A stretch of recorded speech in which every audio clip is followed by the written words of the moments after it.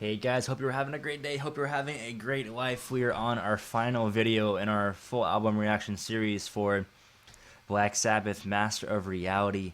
We are now on Into the Void. And a lot of people have been telling me about this song and that it's just a really good song. And so I'm gonna pull up the lyrics real quick. I'm gonna look at them after the song. I just wanna have them ready. Into the Void lyrics. Okay, awesome.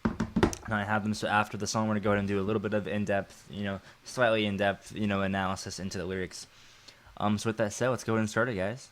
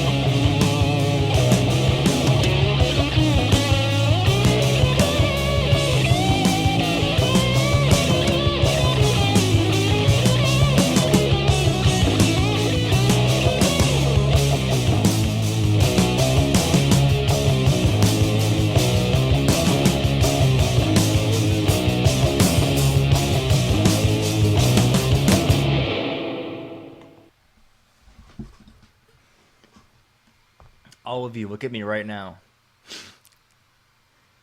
On my way to work today, I'm playing this song. On my way home from work today, I'm gonna listen to this song in my car. Oh my god, how do you do that? How do you write that? That's just so. Oh my god. That's just so good. Oh my gosh. Oh my. How do you. Oh. Oh. I forgot that song even had lyrics for a hot minute just because of how freaking dirty those instrumentals were. Fucking Ward on the drums does not give a crap. His jazz training before he even thought about metal, you can tell. And you know it. The thing is, when you learn to play your instrument in like a certain genre, it can only help you when you cross genres. It really can. Just the extra perspective can only help how you just interpret your own play style and how you project that to your crowd and to your sound. And you can just tell this man is a professional drummer. Just his groove is immaculate. It's literally like, I would argue it's almost, I don't want to be ignorant. I would say almost unmatched. Just this man's groove. It's just too good. Like, how do you do that? And then just the bass and the guitar, like on top of that, like just the overall instrumentals of this band. If you think about it in terms of instruments, that's just three freaking dudes, man. This band, in terms of just instrumentals, that's just three fucking guys. Like, how do you do that? Like, oh my god. It's like you got a bass, you got a guitar, you got drums, you got a band. Like, Jesus. Like, oh. And just in terms of just Ozzy's vocals on top of all that, very expressive singer. It fits perfectly with the sound. It's just like, there's a reason this band is in my top 10. I haven't heard that much Black Sabbath, but I already know they're my top 10. Like, you don't even need to hear that many songs to know that they should probably be in your top 10 as long as you're like an open-minded individual. Oh, Jesus. All right. I've been rambling. That's it. We're going to go into the lyrics, guys. Okay. He says, rocket engines burning fuel so fast, up into the night sky they blast. Through the universe, the engines whine. Could it be the end of man and time? How are you just going to get so deep like that in the first verse? Like, it's just, he just doesn't care, man. He just goes at it. He starts very surfaceful. So notice this, guys. Notice this. In the very first line of that, rocket fuel is burning fuel so fast. That's a very on the surface, just like observation. It's just like a statement, right? It's not like nothing too intense about the meaning of it.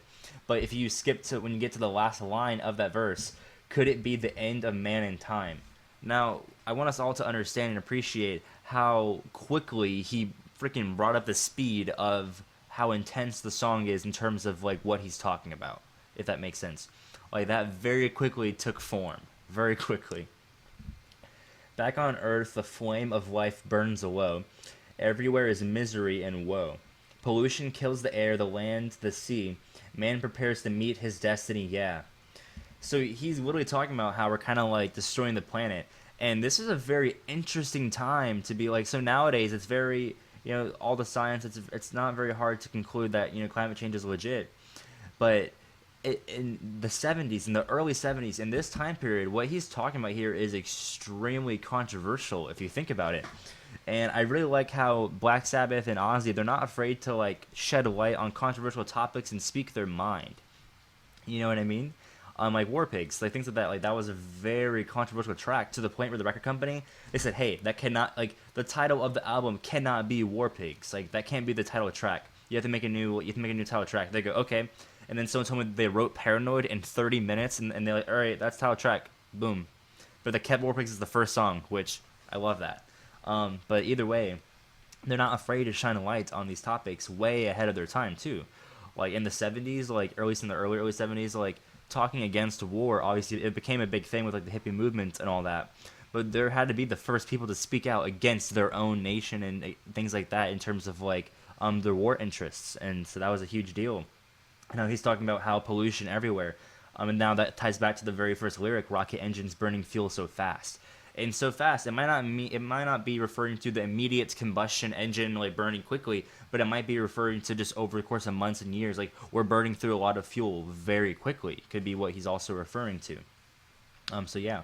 So he goes back to rocket engines burning fuel so fast, up into the black sky so vast. Ooh, I like how he changed.